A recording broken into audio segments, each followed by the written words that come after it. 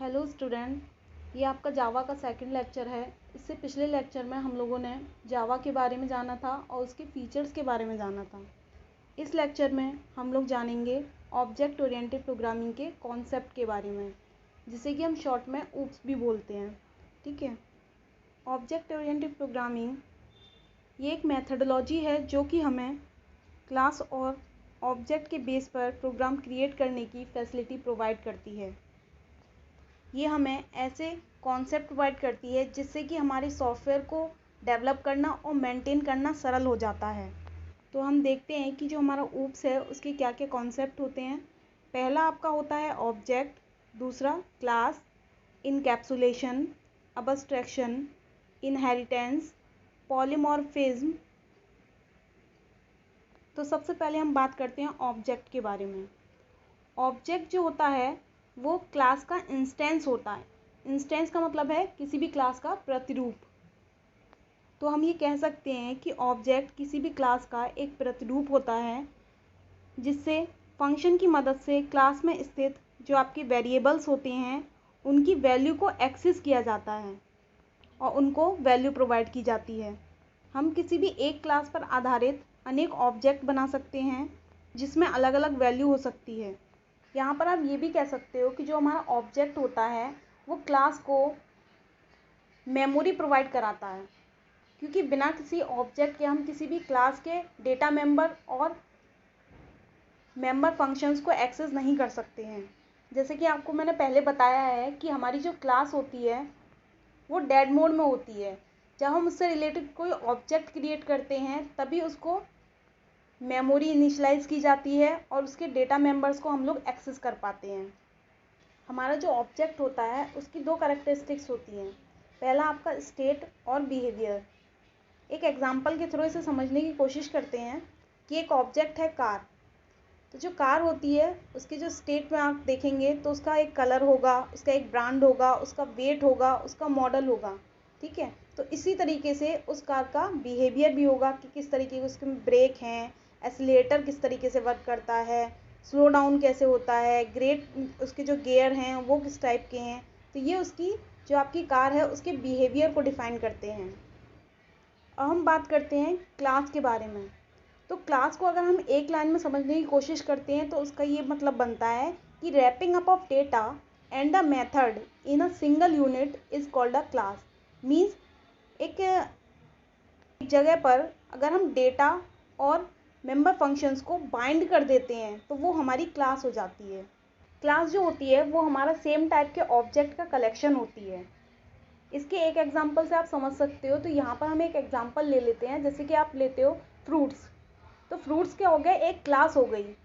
उस क्लास के अंदर आपके डिफरेंट डिफरेंट टाइप के फ्रूट्स आते हैं। एप्पल हो गया, मैंगो हो गया, बनाना हो गया। ठीक है। इन सब के अपने अपने क्या होते हैं, कैरेक्टरिस्टिक्स होती हैं। तो यहाँ पर हम कह सकते हैं जो फ्रूट है वो एक क्लास हो गई, जबकि उस क्लास के अंदर सेम टाइप के ऑब्जेक्ट का कलेक्शन हो गया।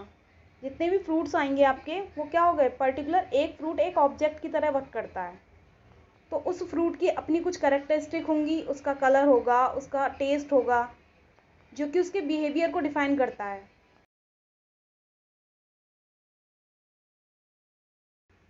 अब यहाँ पर एक डायग्राम के थ्रू हम इसे और अच्छे से समझने की कोशिश करेंगे कि ऑब्जेक्ट और क्लास होता क्या है। जैसे कि आपकी क्लास है तो उस क्लास में बहुत सारे स्टूडेंट होंगे जो कि उस क्लास के ऑब्जेक्ट कहलाते हैं। तो यहाँ पर क्लास के जो स्टूडेंट हैं उन सभी स्टूडेंट का अपना बिहेवियर होगा, अपनी स्टेट्स होंगी जो कि उन्हें रियल वर्ल्ड में आइडेंटिफाई करती हैं। ठीक इसी प्रकार से इसे थोड़ा समझने की कोशिश करना कि आपकी जो क्लास है वो एक रूम है जब तक कि उसमें स्टूडेंट नहीं है। तो यहाँ पर जो आपकी क्लास है, जैसे कि कंप्यूटर साइंस की आपकी क्लास है, तो उस क्लास में कंप्यूटर साइंस के ही स्टूडेंट क्या करेंगे, बैठेंगे। तो यहाँ पर हम बोल सकते हैं जो हमारी क्लास होती है वो सेम टाइप के ऑब्जेक्ट का कलेक्शन होती है और हमारी क्लास का जो स्टूडेंट होगा, जो कि हमारी क्लास का क्या है, एक ऑब्जेक्ट है, वही उस क्लास को बाहर जाके रिप्रेजेंट करेगा। तो इसीलिए हम बोलते हैं कि जो हमारा ऑब्जेक्ट होता है वो हमारी क्लास का क्या होता है, एक प्रतिरूप होता है। ठीक इसी प्रकार से ऑब्जेक्ट ओरिएंटेड प्रोग्रामिंग में प्रोग्रामिंग करने के लिए कम से कम एक क्लास का होना ज़रूरी होता है और इस क्लास पर आधारित आप अनेक ऑब्जेक्ट बना सकते हो। नेक्स्ट आता है आपका इनकैप्सुलेशन। इनकैप्सुलेशन को हम समझने की कोशिश करते हैं कि यहाँ पर आपने देखा एक छोटी सी डेफिनेशन दे रखी है मैंने। बाइंडिंग और wrapping code and data together into a single unit are known as encapsulation. Means जब हम डेटा और डेटा मेंबर्स को एक ही क्या करते हैं क्लास में बाइंड कर देते हैं, तो ये मेथड आपका इनकैप्सुलेशन कहलाता है। तो एक एग्जांपल के तौर पर समझने की कोशिश करेंगे कि जैसे आपने देखा है मेडिसिन वाला जो कैप्सूल आता है, उसमें जो आपकी मेडिसिन होती है वह कैप्सूल के अंदर रैप होती है। तो उस कैप्सूल के अंदर कौन सी दवाई है ये हमें पता नहीं चलता है। सेम यही कॉन्सेप्ट हमारा क्लास में फॉलो किया जाता है। यहाँ पर जो क्लास है वो हमारा इनकैप्सुलेशन का ही एक एग्जाम्पल है, जिसमें हम डेटा मेंबर और मेंबर फंक्शंस को बाइंड करके रखते हैं और उसकी एक्सेसिबिलिटी को प्राइवेट रखते हैं। एक्सेसिबिलिटी का एक एडवांटेज ये है कि ये हमारी क्लास को एक्सटर्नल यूज से हाइड करता है। नेक्स्ट आता है आपका abstraction. Hiding internal details and functionality is known as abstraction.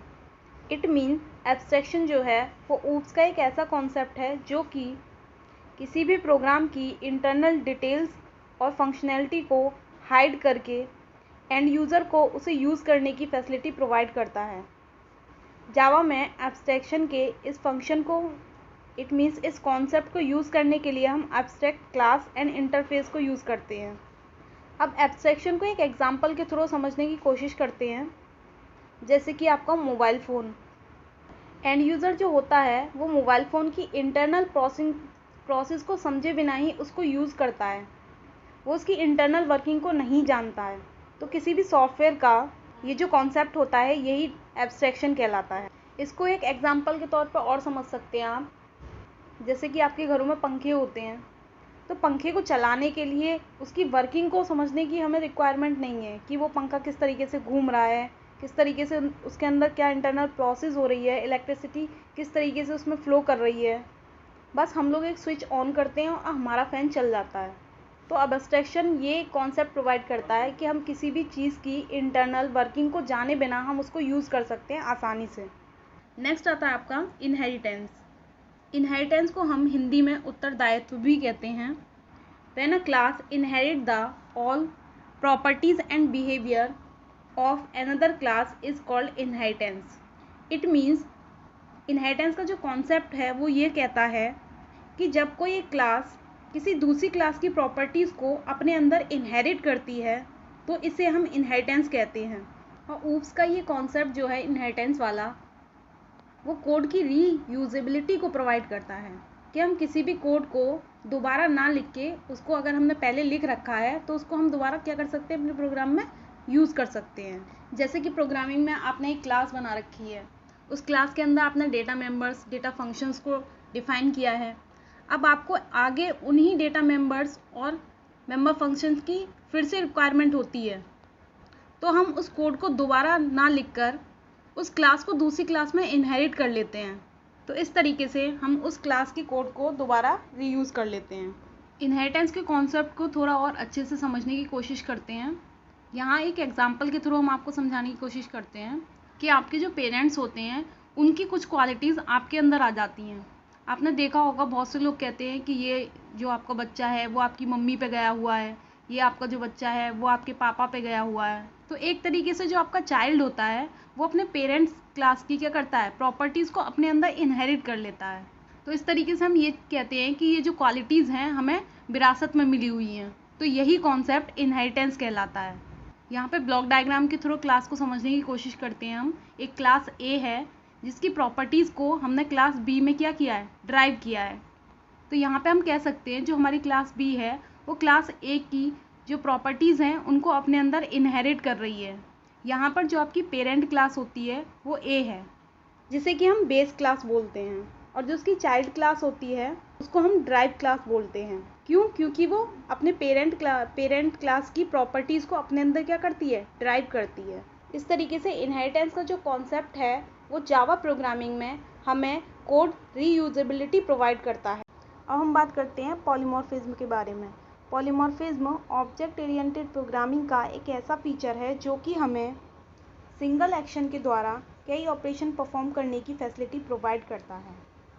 Polymorphism जो शब्द है वो आपका दो ग्रीक वर्ड से मिलकर बना है।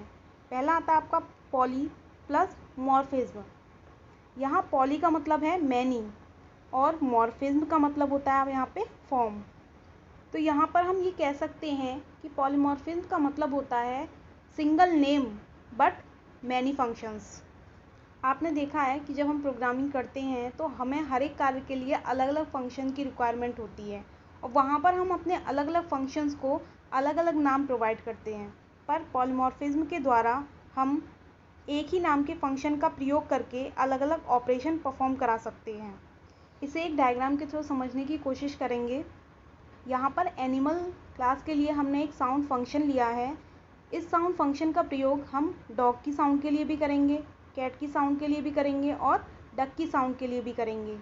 तो ये कॉन्सेप्ट जो है आपका कि एक ही नाम के फंक्शन से हम डिफरेंट ऑपरेशंस को परफॉर्म करा रहे हैं, यही आपका कॉन्सेप्ट क्या कहलाता है? पॉलीमॉर्फिज्म कहलाता है। तो आज के इस लेक्चर में हम लोगों ने ऑब्जेक्ट ओरिएंटेड प्रोग्रामिंग के कॉन्सेप्ट के बारे में जाना है। आगे के लेक्चर्स में हम इन कॉन्सेप्ट्स को और डिटेल में पढ़ेंगे।